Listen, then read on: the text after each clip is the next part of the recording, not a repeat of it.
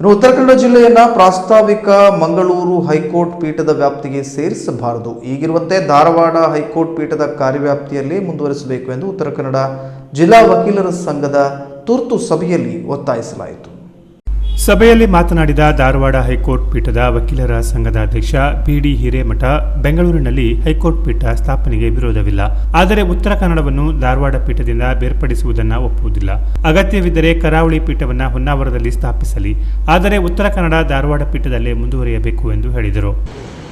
ನ್ಯಾಯಯುತವಾದ ಬೇಡಿಕೆಗಳಿಗೆ ಸ್ಪಂದನೆಯನ್ನು ಮಾಡಿ ತೀರ್ಮಾನವನ್ನು ತೆಗೆದುಕೊಳ್ಳುವವರ ಮನಸ್ಸಿಗೆ ತಲೆಯಲ್ಲಿ ಕಿವಿಯಲ್ಲಿ ಗೊಂಬಿಸುವ ಪ್ರಯತ್ನವನ್ನು ಮಾಡಿ ಕಂಕಣಬದ್ಧರಾಗಿ ಈ ಸಮಾಜಕ್ಕೆ ನ್ಯಾಯಕ್ಕೆ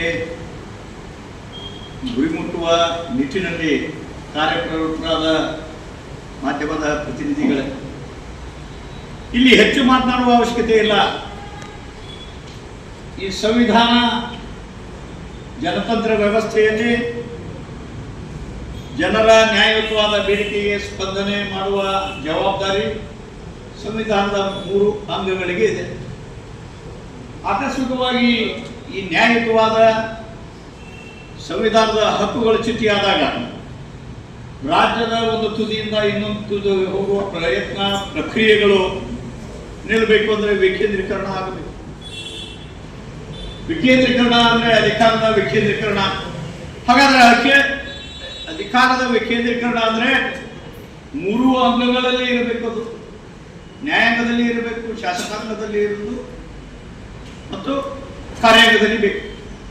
ಈ ಕಾರಣಕ್ಕಾಗಿ ಈಗ ಈ ಜಲವಂತ ಸಮಸ್ಯೆ ಧಾರವಾಡದಲ್ಲಿ ಏನು ಪೀಠ ಪ್ರಾರಂಭ ಆಗಲಿಕ್ಕೆ 12 ವರ್ಷ ನಿರಂತರವಾಗಿ ಸತ್ಯ ಪ್ರತಿಪಾದನಾ ಸತ್ಯಾಗ್ರಹ ಸ್ಟ್ರೈಕ್ ಮಾಡಿಲ್ಲ. ನಾವು ಎಂದು ಸ್ಟ್ರೈಕ್ ಅನ್ನೋದು ಬಿಟ್ಟುಬಿಡಬೇಕಿಲ್ಲ.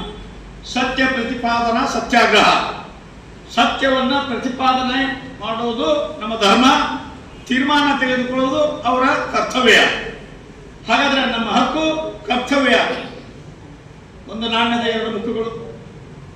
ಆ ಕಾರಣಕ್ಕಾಗಿ ಈ ಜನತಂತ್ರ ವ್ಯವಸ್ಥೆಯಲ್ಲಿ ಸಂವಿಧಾನ ಪರಿಪೂರ್ಣವಾಗಿ ಜನಸಾಮಾನ್ಯರಿಗೆ ಸಿಗಬೇಕು ಅಂದ್ರೆ, ಅದರ ಫಲವನ್ನು ಕೊಡಬೇಕು ಅಂದ್ರೆ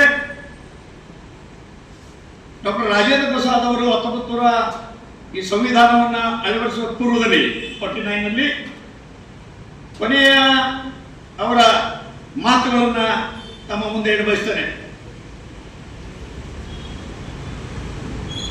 This constitution is nothing but a lifeless object. ಅಂದ್ರೆ ಇದಕ್ಕೆ ಜೀವ ಇಲ್ಲ.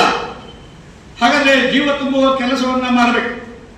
ಹಾಗಾದ್ರೆ ಜೀವ ತುಂಬುವ ಕೆಲಸವನ್ನು ಮಾಡಬೇಕಂದ್ರೆ ಸಂವಿಧಾನದ ದತ್ತವಾದ ಅಧಿಕಾರಗಳನ್ನ ಅಲಂಕರಿಸಿದವರು ಆ ನಿರ್ಧಾರವನ್ನು ಮಾಡೋದು. It's a lifeless object. Then one has to operate it. ಅದನ್ನ ಆಪರೇಟ್ ಮಾಡಬೇಕು. ಹಾಗಾದ್ರೆ ಆಪರೇಟ್ ಮಾಡುವವರು ಈ ಸಂವಿಧಾನ ದತ್ತವಾದ ಅಧಿಕಾರವನ್ನು ಹೊಂದಿದಂಥವರು ಹ್ಯಾವ್ ಟು ಆಪರೇಟ್ ಇಟ್. ಆಕ್ಟ್ಗಳನ್ನು ಮಾಡಬೇಕಾಗ್ತದೆ, ಅನೇಕ ಸಂವಿಧಾನ ದತ್ತವಾದ ಕಾನೂನುಗಳನ್ನು ಮಾಡಬೇಕಾಗ್ತದೆ. ಇವನ್ನೆಲ್ಲ ಮಾಡಬೇಕಾದ್ರೆ ಒಂದು ಶುಡ್ ಹ್ಯಾವ್ ಎ ವಿಷನ್. ಅದಕ್ಕೆ ಆ ಕಾರಣಕ್ಕೆ ಆ ನಿರ್ಧಾರಗಳನ್ನು ತೆಗೆದುಕೊಳ್ಳುವ ಮುಂದಾಲೋಚನೆಯ ವ್ಯವಸ್ಥೆಯಲ್ಲಿ ಅವರ ಕೆಲಸಗಳನ್ನು ಮಾಡಬೇಕಾಗ್ತದೆ. ಹಾಗಾದ್ರೆ ಆಗಲೇ ಇದ್ದಾಗ ultimately what we have to do, ಈ ದೇಶದಲ್ಲಿ ಅನ್ಯಾಯದ ವಿರುದ್ಧ ಅಥವಾ ಸ್ವಾತಂತ್ರ್ಯ ಹೋರಾಟ ಇರ್ಬೋದು, ಏಕೀಕರಣದ ಹೋರಾಟಗಳಿರ್ಬೋದು, ಅಥವಾ ಇಲ್ಲಿ ಸಮಾಜದ ಪರಿವರ್ತನೆಗಾಗಿ ನಡೆದಂತ ಹೋರಾಟಗಳು ಇರಬಹುದು, ಅಲ್ಲಿ ಎಲ್ಲ ಸತ್ಯ ಪ್ರತಿಪಾದನೆಗಾಗಿ ನಮ್ಮ ಬೇಡಿಕೆಗಳು. ಹಾಗಾದ್ರೆ ಈ ಸಂದರ್ಭದಲ್ಲಿ ಹಾಗೆ ಆಗದೇ ಇದ್ದಾಗ ನ್ಯಾಯಾಂಗದಲ್ಲಿ ನ್ಯಾಯಮೂರ್ತಿಗಳು ಅಥವಾ ನ್ಯಾಯಾಧೀಶರು ಆದೇಶಗಳನ್ನು ಮಾಡಿದಾಗ appeal will be there, revision will be there ಅಂತ ಮಾಡ್ತೀವಿ. ನ್ಯಾಯವಾದಿ ನಾಗರಾಜ್ ನಾಯಕ್ ಮಾತನಾಡಿ, ಮಂಗಳೂರು ಪೀಠಕ್ಕೆ ಸೇರಿಸಿದರೆ ಉತ್ತರ ಕನ್ನಡದ ಕಕ್ಷಿದಾರರಿಗೆ ಪ್ರಯಾಣದ ದೂರ ಹಾಗೂ ವೆಚ್ಚ ಹೆಚ್ಚಾಗಿ ನ್ಯಾಯ ಪಡೆಯುವುದು ಕಷ್ಟವಾಗಲಿದೆ ಎಂದರು.